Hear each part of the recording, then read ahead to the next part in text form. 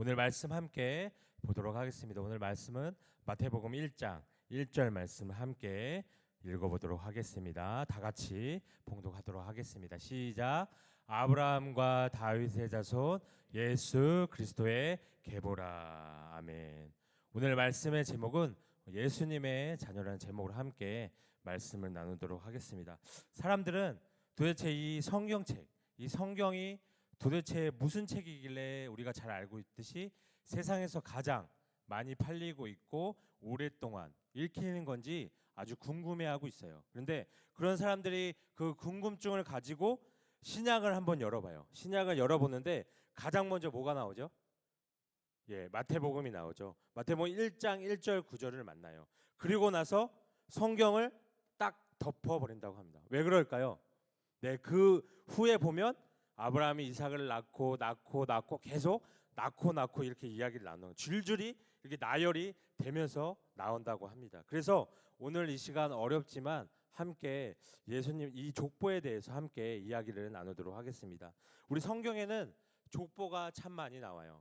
특히 창세기 5장에서 11장에 보면 뭐 아담의 계보도 나오고 있고, 그다음에 노아의 족보, 그다음에 셈의 족보, 그리고 아브라함의 아버지인 데라의 족보도 나오는 것을 우리가 볼 수 있습니다. 이 족보를 히브리어로 말하면 톨레도트라고 얘기를 해요. 그리고 헬라어로 말하면 게네시스라고 이야기를 하고 있습니다. 오늘 우리가 읽은 이 마태복음이 바로 게네시스로 시작되는 계보의 책이에요. 그리고 우리가 잘 알듯이 이 마태복음 1장 1절이 끝나고 나면 낳고만 나와요. 그러면 무려 몇 번 정도가 나올까요?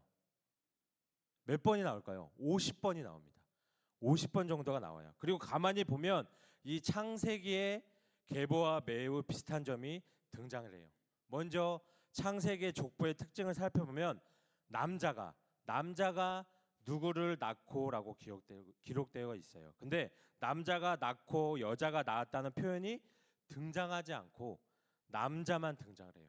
근데 이 여자가 거의 등장하지 않습니다. 근데 창세기에 나오는 족보의 특징이 바로 이것이에요. 아담의 족보 아니면 노아의 족보, 데라의 족보를 보면 여자가 등장을 하지 않아요. 10개월 동안 정말 임신하는 가운데 그 고통 가운데 출산 과정을 지낸 여인의 이름은 등장하지 않고 남자만 기록되어져 있다는 것이에요. 또 창세기 5장에서 11장에 나오는 이 족보를 보면 아담의 족보, 노아, 또 데라의 족보 하면 그 다음의 특징은 아담은 누구를 낳고 데라를 누구를 낳고라는 진행이 되어져요. 이것이 창세기 족보의 특징이라는 것입니다.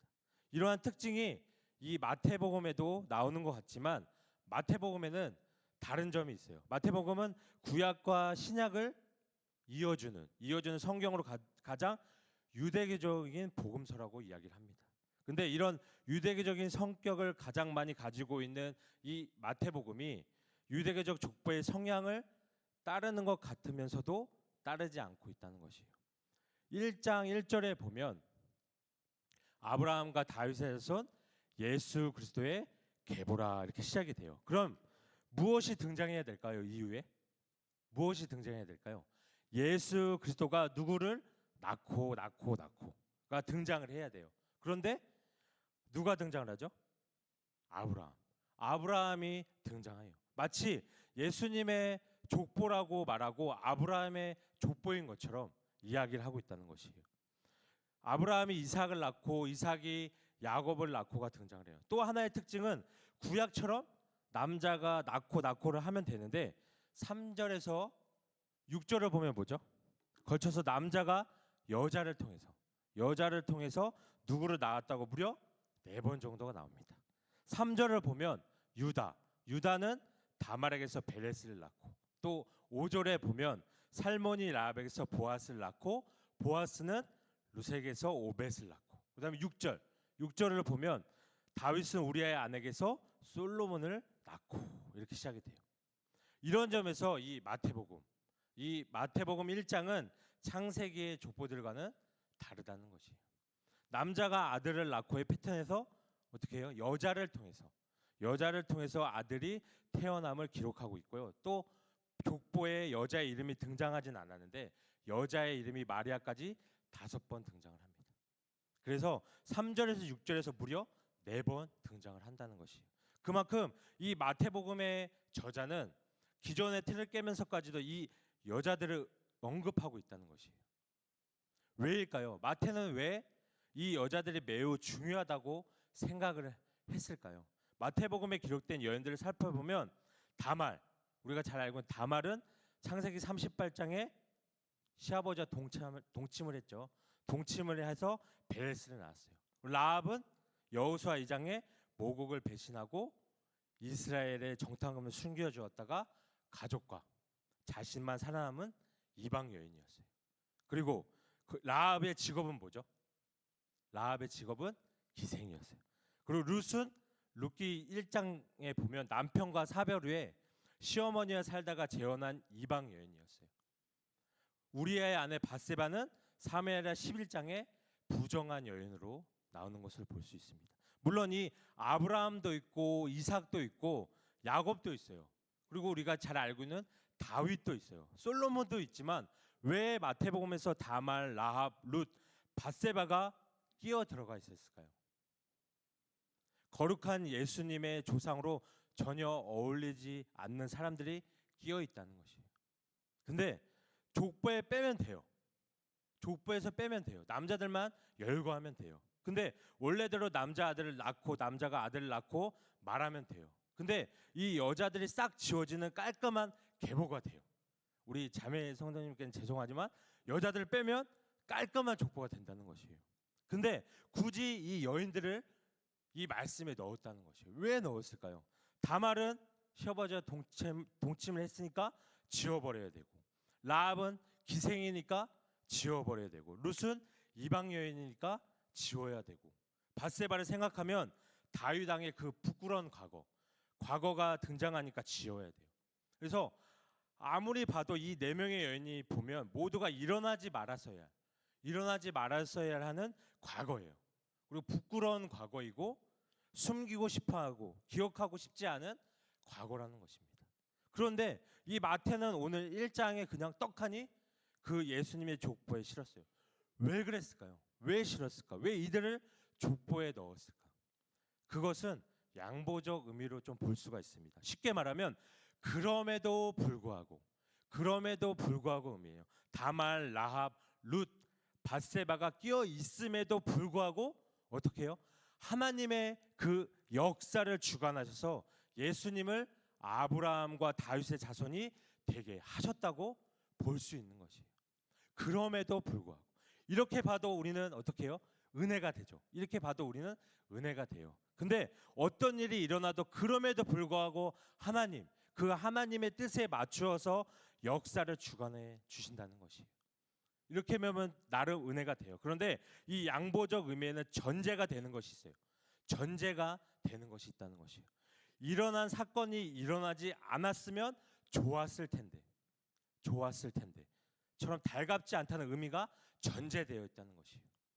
다말이 동침한 사건이 일어나지 않았으면 좋았을 텐데, 라합의 직업이 기생이 아니라 여선지자였으면 좋았을 텐데, 룻이 정통 유대인이었다면 다윗의 남여인을 탐해서 솔로몬을 낳지 않고 귀족 여인과 결혼해서 솔로몬을 낳았으면 얼마나 좋았을까라는 것이에요. 하지만 하나님께서 이 은혜로 어떻게 해요? 반전을 이루셨다는 것이에요. 이 모든 일을 은혜로 반전을 이루셨다는 것이에요. 이것이 양보적 의미라는 것입니다. 그래서 그 사건을 꼭 필요한 사건으로 보지 않는 것이 양보적 의미라는 것이에요. 하지만 우리는 여기서 생각해 볼 필요가 있다는 것이에요. 꼭 필요하지 않는 부분을 왜 마태가 굳이 이 성경에 넣어서 이야기를 했을까? 그래서 저는 생각해 봤는데 이 양보적 의미보다는 인과적 의미로 보는 것이 낫다고 좀 생각이 들었습니다. 무엇 때문에 라고 보는 것이에요. 실제로 다말이 시아버지와 동침했기 때문에, 그리고 기생 라합이 자기 나라를 배신했기 때문에, 그리고 다윗이 다른 사람의 아내를 탐했기 때문에 베레스가 낳고 보아스를 낳고 오벳이 낳고 그 다음에 솔로몬이 태어났다는 것이에요. 그래서 이것을 마태가 보니까 무언가를 깨달았다는 것이죠. 아브라함, 이삭, 야곱과 같은 그 믿음의 선지자들 뿐만 아니라 부정한 여인들 혹은 부끄러운 과거들 일과 결부된 여인들을 통해서도 하나님의 구원사를 이루어 가셨다는 것이. 아브라함, 이삭, 야곱도 너무 중요하고 꼭 필요한 인물들이지만 다말, 라합, 룻, 밧세바도 꼭 필요한 인물이었던 것을 마태는 깨달았다는 것이에요. 그래서 부정한 것, 기생, 이방인, 탐욕 이것들이 있음에도 불구하고가 아니라 그것 때문에 그리스도께서 예수께서 탄생하셨다라고 마태는 오늘 우리에게 말하고 있는 것 같습니다. 그래서 이렇게 말할 수 있어요. 하나님의 구원사 안에서는 불필요한 것이 하나도 없다는 것이에요. 불필요한 것이 하나도 없다는 것이에요. 그냥 단순히 궁극적으로 버릴 게 없다는 그 긍정의 힘을 말하는 것이 아니고요. 하나님의 그 구원사, 하나님의 구원사 안에서 기왕이면 일어나지 말지라는 그러한 과거가 하나도 없다는 것이에요. 하나도 없다는 것이에요. 완벽한 하나님의 구원사 안에서는 우리의 이해와 우리의 가치관의 범위를 넘어서는 하나님이 볼 때는 반드시 필요한 과거로만 가득 차 있다는 것이에요. 불필요한 것이 없다는 것이에요. 오늘 마태복음 1장 1절에서 지금 우리에게 말하고자 한다는 것은 그렇다면 이 하나님의 구원사인 예수님의 족보에 우리 여러분이 들어가 있는가?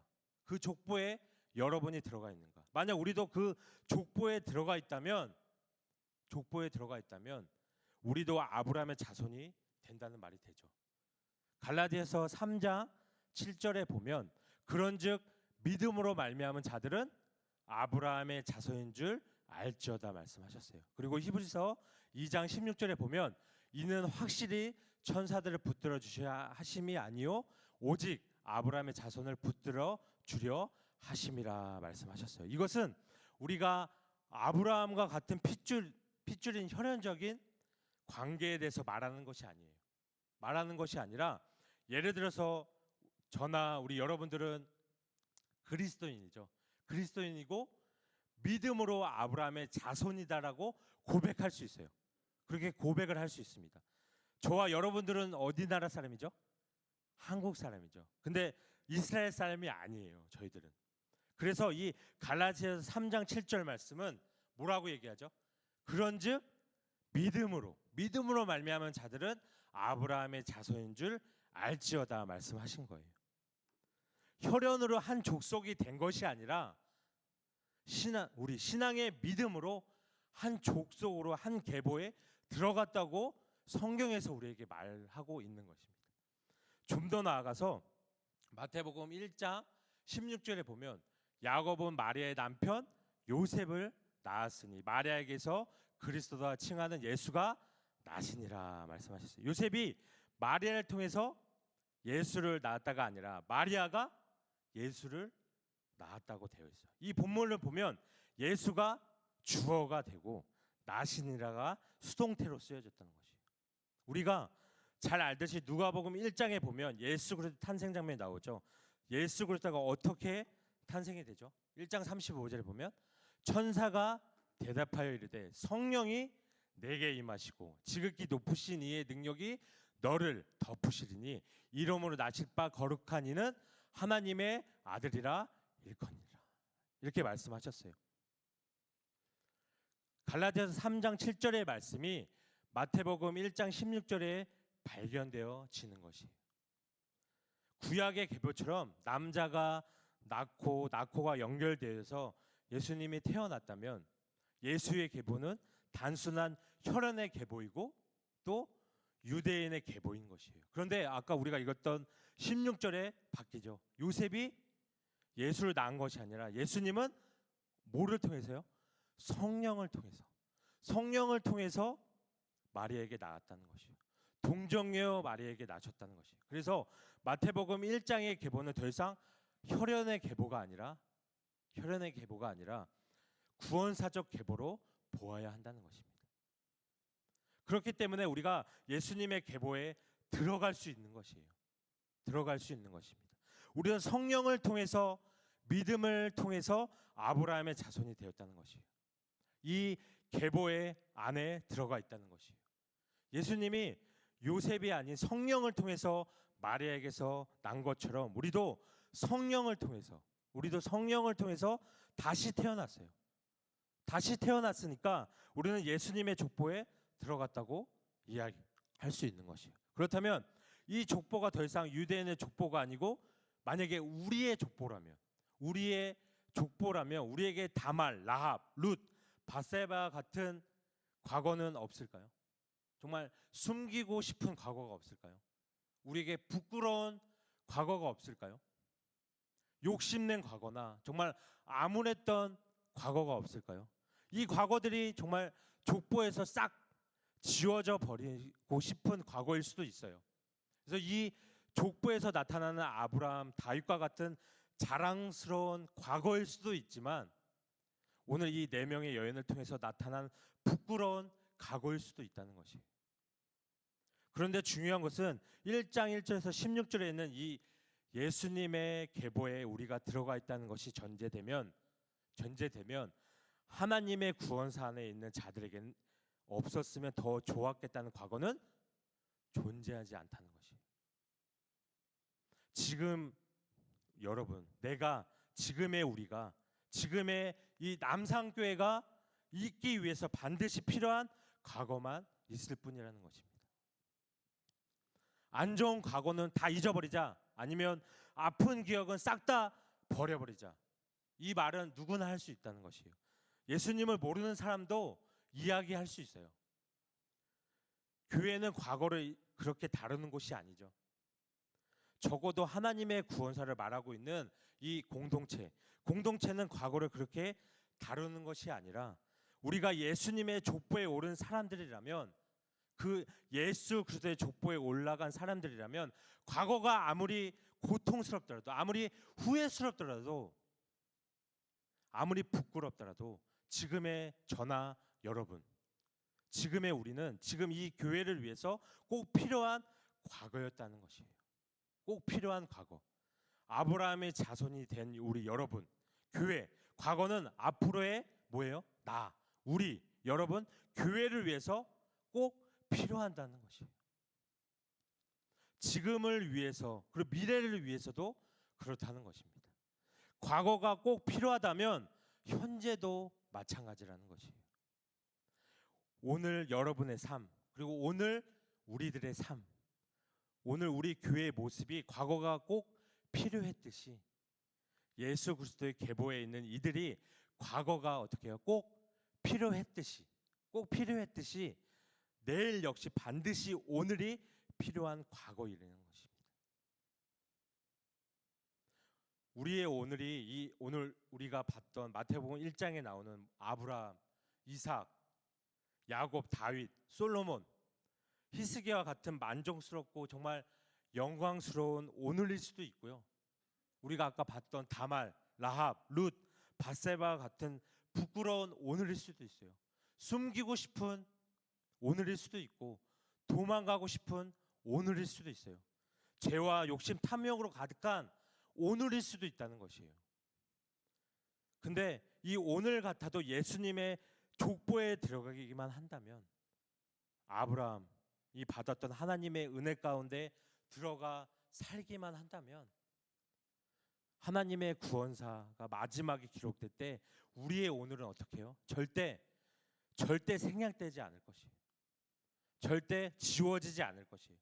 반드시 필요했던 과거라고 기록되어져 간다는 것입니다. 지금 이 순간에도 마찬가지고, 지금 우리가 드리고 있는 이 예배도 반드시 필요했던 과거라는 것이에요. 우리 이 남산교회도 마찬가지입니다. 지금은 이 자리에 여러분이 있기 때문에, 지금 목사님께서 우리 교회에 계시기 때문에, 그리고 모든 예배자들이 예배하기 때문에, 그리고 장로님들, 권사님들, 집사님들, 성도님들, 우리 청년들, 유치부부터 우리 어린아이까지 있기 때문에 하나님의 구원사가 완성되었을 때 기록되어져 간다는 것입니다. 그래서 꼭 필요했다, 꼭 필요했노라, 반드시 필요했노라다 기록되어져 간다는 것이에요. 예수님은 정말 소망의 주님이세요. 인간은 완전히 타락한 가운데 있었죠. 그런데 하나님은 그런 가운데 하나님을 바라보고 하나님을 사랑하고 하나님 편의 선자를 쓰셨어요. 다말보다 더 비극적인 사람이 있을까요? 우리에게 다윗만큼 많은 사람을 죽인 사람이 있을까요? 우리에게 아브라함처럼 아내를 2번이나 팔아먹은 사람이 있을까요? 우리에게 라합과 같은 사람이 있을까요? 아니면 룻과 같은 사람이 있을까요? 아니면 이 이스라엘 역사보다 더 절망적인 나라가 있을까요? 없을 거예요. 이런 가운데 우리 그리스도가 태어나셨다는 것이. 예수님은 이들과 함께 하시고 이해하시고 십자가에서 죽으셨어요. 다시 성령으로 오셔서 소망의 역사를 이루어 가신다는 것입니다. 이를 볼 때 우리는 누구나 소망이 다 있어요. 주님 안에 소망이 다 있습니다. 어떤 절망적인 순간에도 예수님을 만나고 회개하면, 우리가 믿음으로 살면 하나님을 귀하게 우리를 쓰며 함께 나아간다는 것입니다. 우리의 속에 성령을 보내셔서 우리를 영화롭게 하신다는 것이. 이 메시지를 전하는 저도, 그리고 메시지를 오늘 이 듣는 우리 여러분들도 도저히 하나님께 쓰임 받을 수 없는 자들이에요. 하지만 어떻게 해요? 다만 말씀을 사랑하는 그 마음을 보시고 우리를 죄사함을 주시고 성령으로 함께 하셔서 저와 여러분들을 쓰시는 주님이심을 오늘 이 시간 우리 여러분들이 기억하셨으면 좋겠어요. 그래서 예수님의 족보, 그 하나님의 구원사에 있는 우리들이 뛰어나서가 아니라, 우리가 잘나서가 아니라 하나님의 구원사가 완벽하기 때문에 버릴 수 없는 것이 과거도 지금도 하나도 없다는 것이. 오로지 하나님의 구원사 안에, 그것 때문에 지금 이 예배, 그리고 앞으로 우리에게 일어날 모든 일들을 하나님의 나라를 위해서 반드시 필요한 과거가 될 것이라는 것이에요. 우리가 그것을 믿고 오늘 이 시간 나아갔으면 좋겠습니다. 그래서 우리가 이 마음을 가지고 함께 나아갔으면 좋겠어요. 가장 완벽하게 오늘을 완성하시는 주님을 의지하며 하나님께 나아가셨으면 좋겠어요. 오늘 읽었던 정말 내가 지워버리고 싶은 것들, 버리고 싶은 것들을 포기하지 마시고 그걸 그대로 하나님을 믿고 주님을 의지하며 함께 나아가셨으면 좋겠어요. 그것을 믿고 나아가셨으면 좋겠어요. 누구나 다 한 가지는 다 갖고 있습니다. 하지만 우리는 주님 앞에 작은 자 드립니다. 그래서 우리가 믿음을 가지고 오늘 이 시간 함께 나아가셨으면 좋겠어요. 그래서 주님 앞에 정말 다시 성령을 받아서 다시 태어나서 소망을 가지고 주님께 나아가는 우리 믿음의 자녀들이 됐으면 좋겠습니다. 그래서 오늘 이 시간 이 말씀을 꼭 기억하셔서 우리가 하나님께 꼭 쓰임받고 나아갈 수 있는 자녀들이 됐으면 좋겠습니다. 그래서 하나님의 구원사 안에 있는 우리들을 꼭 기억하셔서 주님과 함께 동행할 수 있는 우리 남산교회 우리 성도님들이 됐으면 좋겠습니다. 그래서 오늘 이 시간 함께 찬양하며 기도하며 함께 나아갔으면 좋겠습니다. 우리 슬픈 마음 있는 사람, 우리 주님 소망을 가지고 우리 주님께 나아가는 오늘 이 시간이 됐으면 좋겠습니다. 우리 박수 치시면서 함께 찬양합니다. 슬픈 마음 있는 사람, 슬픈 마음 있는 사람, 예수 이름 믿으면 영원토록 변함없는 기쁜 마음 얻으리. 예수의 이름은 세상의 소망이요, 예수의 이름은 기쁨일세. 전능하신 주의 이름 너의 방패 삼아라. 환난 시험 당할 때에 주께 기도드려라.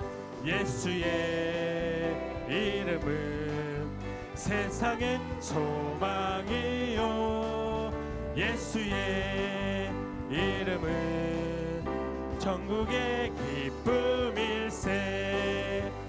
존귀하신 주의 이름 우리 기쁨 되도다. 주의 품에 안길 때에 찬송 부르리. 예수의 이름은 세상의 소망이요 예수의 이름은 천국의 기쁨일세.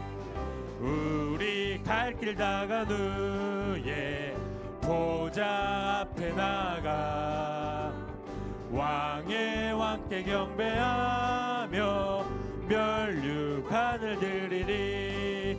예수의 이름은 세상의 소망이요 예수의 이름은 우리 4절 다시 한번 찬양합니다.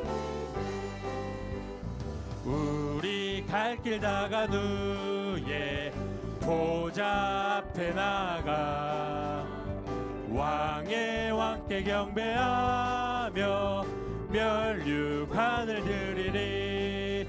예수의 이름은 세상의 소망이요 예수의 이름은 천국의 기쁨일세. 아멘. 오늘 이 시간 첫 번째로 기도하며 나갑니다. 우리의 구원자가 되시는 예수님, 오늘 이 시간 하나님의 나라를 사모하며 나아갑니다. 오늘 하루를 살아가면서 세상의 것을 사모하기보다 하늘의 신령한 그 은혜를 우리가 사모하는 마음을 주옵고 저 높은 곳을 바라보고 하나님의 나라를 사모하며 살아감으로 인해서 우리가 기쁨 충만한 하루가 되게 해달라고 오늘 주여 한번 외치고 함께 기도하며 나갑니다. 주여! 하나님 아버지 감사합니다. 오늘 시간 저희들에게 또 귀한 말씀 허락해 주셨습니다. 우리가 구원자가 되시는 예수님, 오늘 이 시간 하나님의 나라를 사모하며 오늘 이 시간 날아갑니다. 오늘 하루를 살아가면서 우리가 세상의 것을 사모하기보다 하늘의 은혜를 사모하는 마음을 주시고 저 높은 곳을 바라보고 하나님의 나라를 사모하며 살아감으로 인해서 우리의 기쁨 충만한 하루가 될 수 있도록 도와주시고 오늘 말씀을 주신 그 가운데 우리가 성령을 다시 한번 받아서 우리의 소망을 함께 품으며 나아갈 수 있도록 도와주시옵소서. 성령으로 함께 하셔서 우리를 함께 쓰시는 주님을 우리가 믿고 나가기를 원합니다. 하나님의 구원사는 우리를 뛰어나서가 아니라 하나님의 구원사가 완벽하기 때문에 버릴 것 과거도 지금도 하나도 없음을 우리가 고백하며 나아갑니다. 오늘 이 시간 주님을 의지하며 나아갑니다. 주님의 소망을 바라보며 나아갑니다. 주님 한 분만 바라보며 나아갑니다. 우리가 주님과 함께 동행할 수 있는 그 삶을 허락하여 주시옵소서. 우리가 믿음을 가지고 주님께 나아갈 수 있도록 도와주시고 우리 세상의 그 소망이신 우리 주님을 바라보며 함께 나아갈 수 있는 오늘 이 시간이 될 수 있도록 함께하여 주시옵소서. 우리 두 번째로 함께 기도하며 나갑니다. 우리로 흔들리지 않는 믿음의 자녀가 되게 하여 주시옵소서. 하루하루의 믿음의 길로 인도하여 주시고 우리를 주님의 자녀로 앉혀주시고 감사합니다. 주님을 믿으면서 주님의 능력을 우리가 망각하고 의심한 연약한 믿음을 용서하여 주시고 우리의 믿음이 온전한 믿음의 길로 갈 수 있도록 인도하여 주시옵소서. 우리의 믿음의 그 계보에서 제외되지 않고 주님의 나라에 들어가는 자가 될 수 있도록 오늘 이 시간 또 함께 기도하며 주님께 나아가도록 하겠습니다. 주님 우리 흔들리지 않는 믿음의 자녀가 되게 하여 주시옵소서. 주님의 하루하루의 믿음의 길로 우리를 인도하여 주시고 주님의 자녀로 함께하여 주시옵소서. 주님을 우리가 믿고 따르면서도 우리 주님의 능력을 망각하고 의심한 연약한 믿음을 오늘 이 시간 용서하여 주시옵소서. 우리의 믿음이 온전한 믿음의 길로 갈 수 있도록 저희들을 인도하여 주시고, 믿음의 계보에서 제외되지 않고 주님의 나라에 들어가는 자가 될 수 있도록 함께하여 주시옵소서. 우리가 그 마음을 가지고 함께 나아갈 수 있도록 도와주시옵소서. 완벽한 오늘을 완성하신 하나님을 우리가 의지하며 하나님께 나아갈 수 있도록 도와주시옵소서. 우리가 주님께 눈물로써 나아갈 수 있도록 도와주시고, 주님께 낮은 자로 무릎 꿇고 주님께 나아갈 수 있는 우리가 자녀들이 될 수 있도록 이끌어 주시고 함께하여 주시옵소서. 그리고 주님의 나라를 사모하며 나아갈 수 있는 저희들이 될 수 있도록 도와주시옵소서. 오늘 또 귀한 말씀을 허락해 주셨습니다. 우리가 이 말씀을 붙잡고 주님의 그 계보 안에 들어갈 수 있도록, 계보 안에 들어가서 우리가 믿음을 갖고 주님께 나아갈 수 있는, 달려갈 수 있는 그 마음을 열어주시고, 눈을 열어주시고, 머리를 열어주시고, 모든 것을 열어주셔서 주님께 함께 다가갈 수 있는 저희들이 될 수 있도록 오늘 시간 이끌어 주시고 함께 해주실 줄 오늘 시간 믿습니다. 아멘. 주님, 우리가 생각지도 못했던 이 힘든 상황에 우리가 부딪힐지라도 언제나 하나님을 의지하고 선하게 대처할 수 있도록 우리를 인도하여 주시옵소서.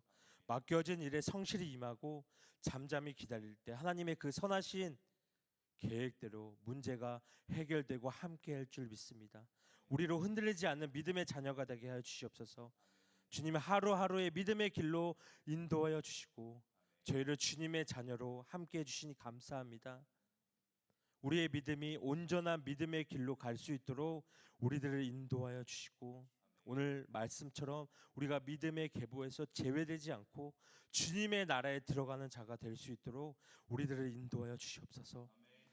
죄와 죽음에서 우리를 구원해 주신 주님, 그리고 은혜와 하늘과 땅을 지으시고 지금도 통치하시는 그 무한하신 하나님, 그 사랑, 성령을 우리가 믿고 나아갈 수 있도록 함께하여 주시옵소서.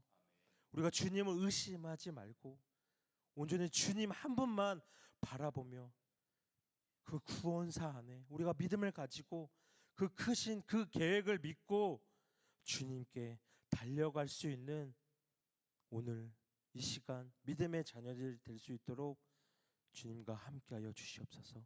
살아계신 예수님의 이름으로 기도드립니다. 아멘. 오늘 시간 다 같이 일어나셔서 우리 믿음으로 선포하며 주님의 길을 함께 걷도록 하겠습니다. 우리 오른손을 드시고 함께 선포하며 나갑니다. 아멘. 주 예수여 오시옵소서. 마라나타. 아멘. 아멘.